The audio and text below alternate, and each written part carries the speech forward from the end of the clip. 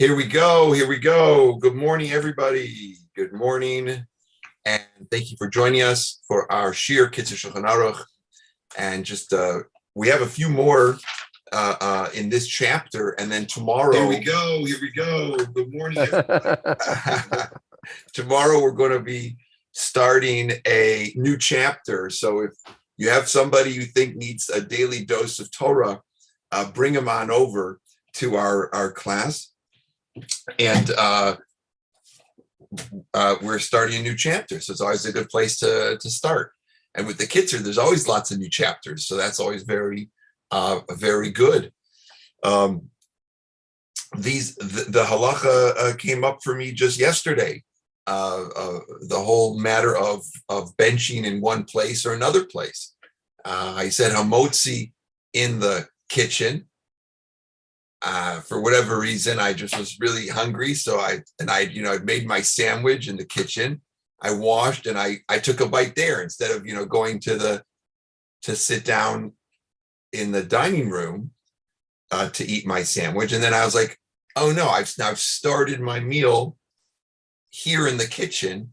Do I have to go back there to bench? But then I realized since I took my sandwich as I'm walking from the kitchen, I took it to the dining room and I finished my sandwich in the dining room. And even though I hadn't had it in mind that I was going to be doing this little spazier, since I always intended to have my sandwich in the dining room, I figured that that was okay to stay there to bench. But again, these things come up, and it's good. This we're mindful of our eating and blessing. And these are all important matters. We're going to finish this chapter on behaving at the meal, and of course, behaving is Jewish behavior here. We're on number 20, chapter 42.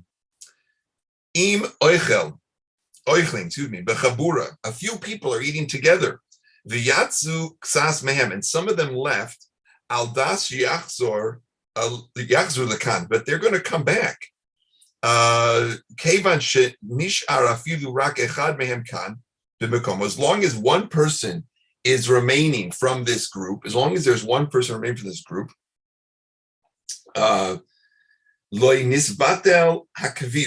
it does not consider, it hasn't nullified the meal's not considered to have been finished, even for those people who left.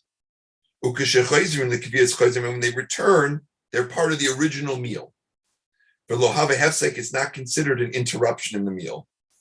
So literally, this eating session is not terminated, right? So a group sits down together, and a couple left and they're going to come back. So it all works out okay. They haven't lost their ability to bench together and so forth, because that's really what it is. We're worried about. Now, can they bench together? Can they say the Birkat HaMazon together? Because now they had a kind of an interruption. A few people left. They came back. Im b'shas Birkas HaMotzi.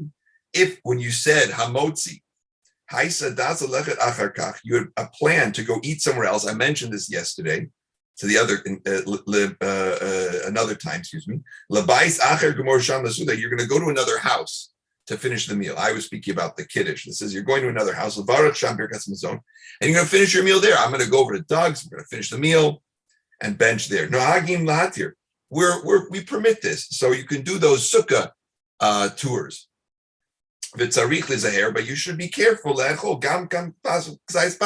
have to eat a kazayis pasta. You have to have a certain and enough of a piece of a bread in this other location.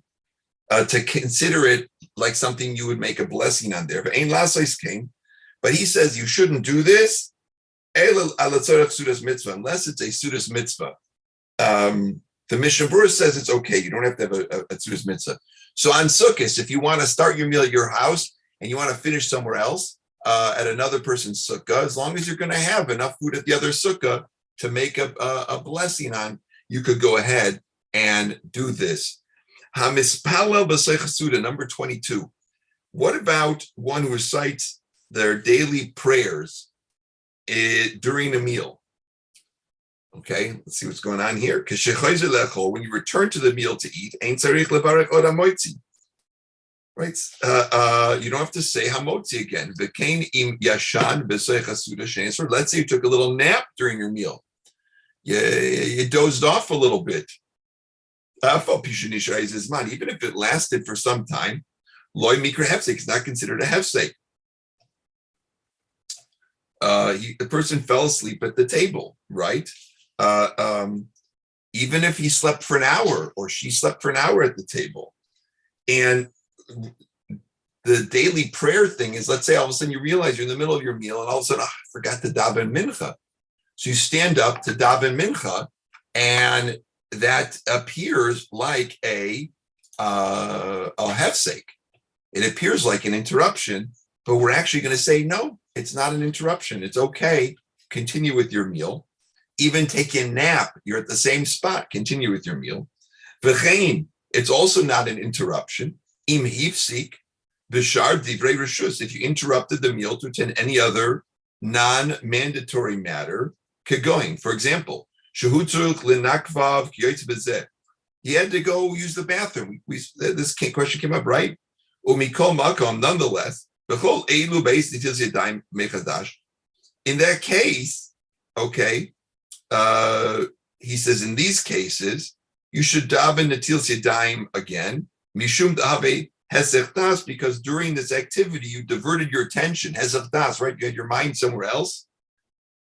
Ela im ken shamar yadav, unless he specifically watches hands to make sure they didn't touch any place unclean. Af lo yivarech al tis, but you don't make it netilas yadayim on this washing.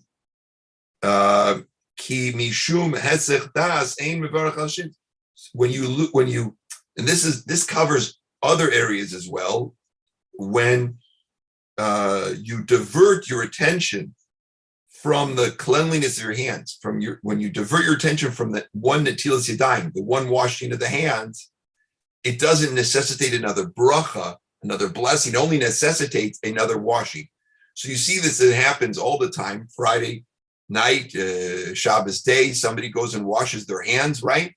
And they get to the table and they start talking by mistake. They do not have to go back and say another bracha, but ideally they should wash their hands again, because they have a hesech das, they have a momentary lapse of concentration and what they're supposed to be doing. Now, this case with the bathroom and so forth, let's look at this a little bit closer. You know, if you use the restroom, we're supposed to wash our hands afterwards.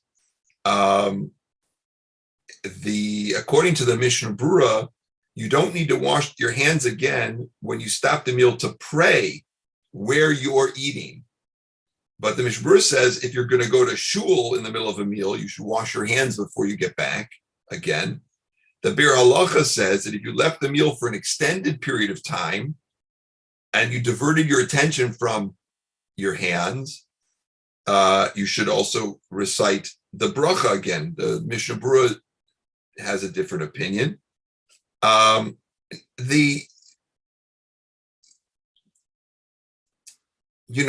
These situations arise. Definitely, I would advise everybody that if your mind wanders from your original, what you're supposed to be.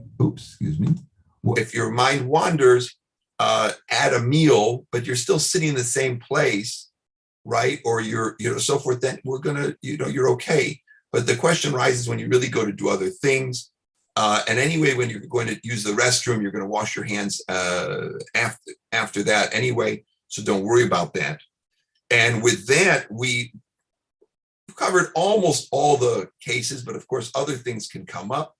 If they do, always remember to, you can always err on the side of wash your hands again if you think that whatever you've done has constituted a break in the meal. It does, it's not a harm, and you don't need to say the birkat, the blessing over the hands again. Everybody